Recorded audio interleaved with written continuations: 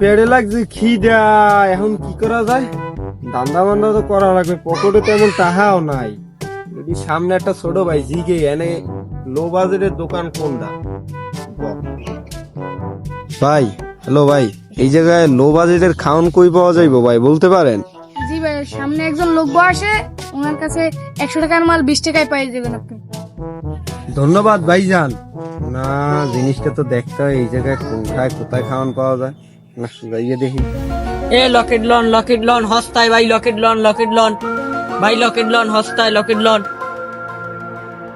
ভাইজান মনে হয় এর কথাই কইছে, না জিজ্ঞেস করে দেখি। ভাই লকেট কত?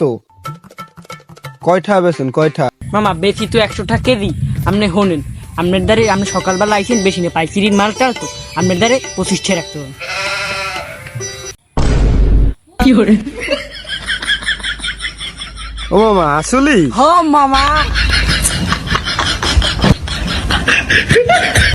হালার মাথায় সমস্যা, লইয়ে লই তাড়াতাড়ি।